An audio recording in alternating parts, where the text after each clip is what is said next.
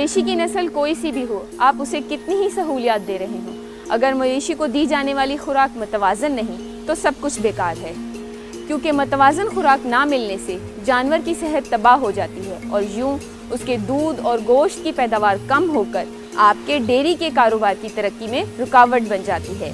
لہٰذا خوشحالی کے لیے ضروری ہے کہ آپ اپنے مویشی کو دی جانے والی خوراک کے بارے میں بخوبی جانیں۔ میں ہوں آپ کی DRDF ڈیری گائیڈ۔ بنیادی سوال یہ ہے کہ متوازن خوراک سے کیا مراد ہے؟ ایسی خوراک جس میں تمام غذائی اجزاء یعنی پانی، لحمیات، نشاستہ دار اجزاء، روغنیات، نمکیات اور حیاتین یعنی وٹامنز کا مناسب تناسب موجود ہو اور جو جانور کی تمام غذائی ضروریات کو پورا کر سکے، متوازن خوراک کہلاتی ہے۔ جانور کو دی جانے والی متوازن خوراک کے فوائد یہ ہیں: جانور کے وزن میں اضافہ، بڑھوتری اور اس کے نتیجے میں مجموعی بہتر صحت۔ بہتر صحت کی وجہ سے جانوروں کا بیماریوں سے تحفظ، جانور کا بروقت گرمی میں آنا، جانور کا بروقت حاملہ ہونا، صحت مند بچھڑے کی پیدائش، بچھڑے کی بہتر پرورش اور کامیاب نسل کشی، دودھ کی بہتر پیداوار۔ آئیے اب ہم دیکھتے ہیں کہ جانور کے لیے متوازن خوراک کے ذرائع کیا ہیں۔ پانی کی افادیت۔ ایک بڑے جانور کا جسم 56 سے 81% تک پانی پر مشتمل ہوتا ہے۔ جانور کے دودھ میں پانی کی مقدار 85 سے 87% تک ہوتی ہے۔ جانور جگالی کرتے ہوئے ایک دن میں 120 سے 180 لیٹر تک لعاب پیدا کرتا ہے۔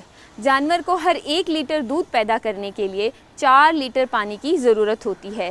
مجموعی طور پر دودھ دینے والے جانور کو 100 سے 120 لیٹر پانی کی ضرورت ہوتی ہے۔ ڈیری فارمرز دن میں 2 سے 3 دفعہ اپنے جانوروں کو پانی پلاتے ہیں، جس سے ان کی پانی کی ضرورت پوری نہیں ہوتی۔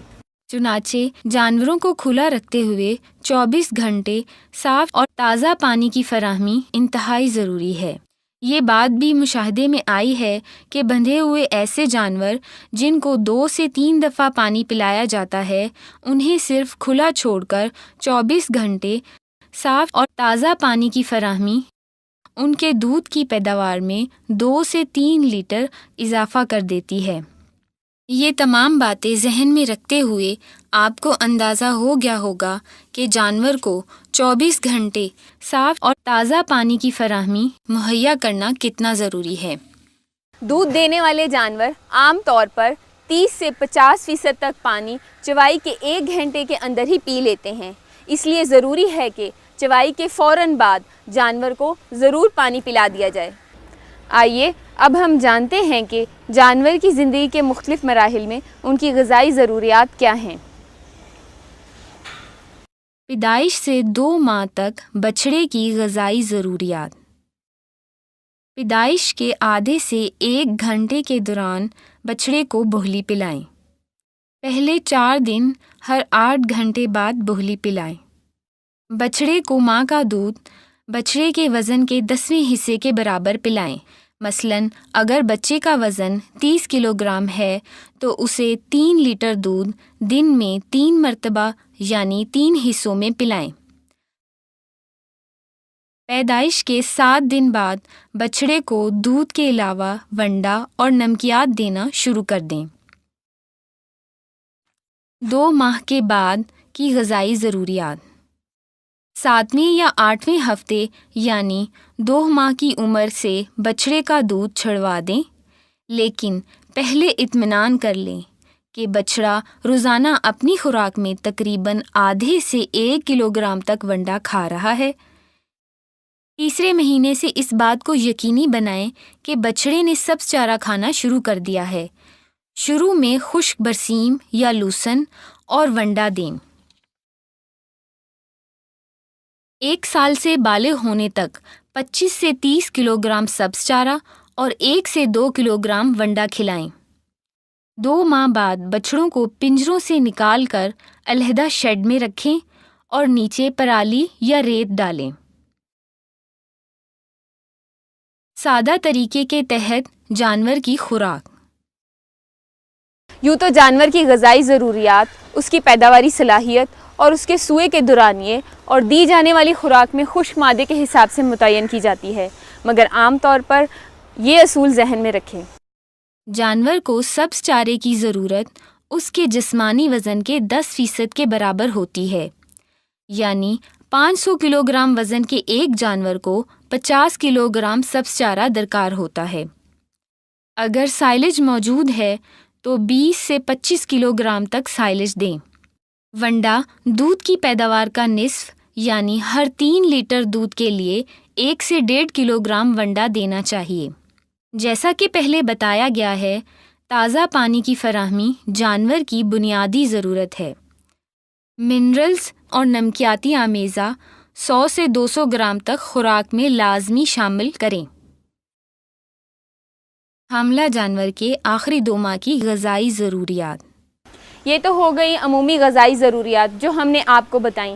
اب تھوڑا سا جانور کے حمل کے دورانیے کے حساب سے کچھ ضروری ہدایات دیتے ہیں۔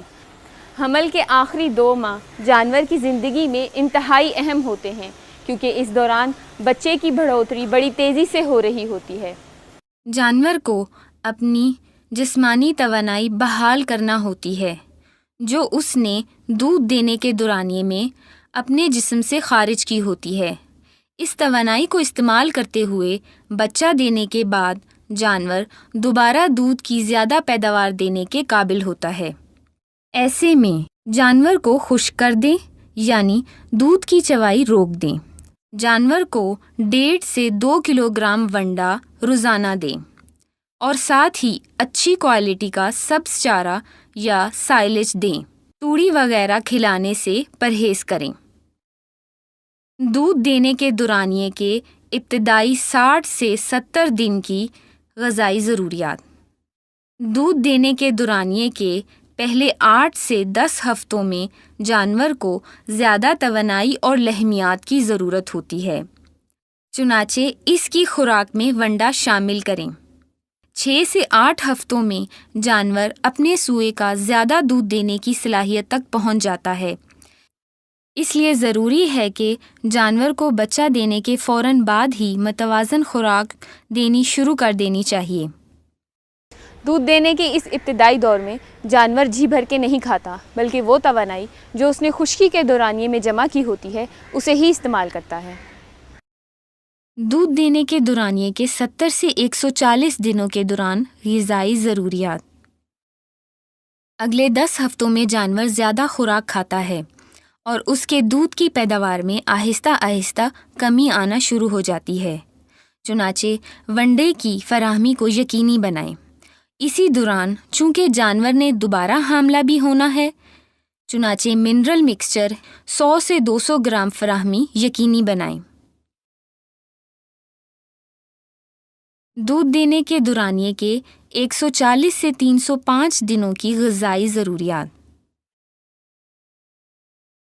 22 سے 44 ہفتوں کے دوران جانور کے دودھ کی پیداوار میں کمی واقع ہوتی ہے۔ اسی دوران دوبارہ ٹھہرے ہوئے حمل والے بچے کی بڑھوتری اور وزن میں اضافہ ہوتا ہے، چنانچہ سبز چارہ اور ونڈے پر مشتمل متوازن غذا انتہائی ضروری ہے۔ Total mixed ration.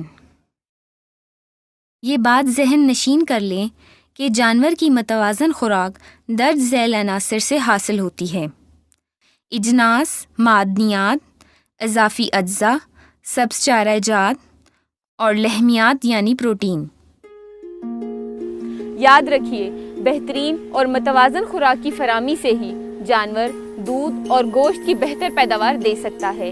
اس لیے ڈیری بزنس میں منافع کا انحصار بہت حد تک اس بات پر ہے کہ آپ اپنے جانور کو دی جانے والی خوراک کو کس طرح متوازن بناتے ہیں۔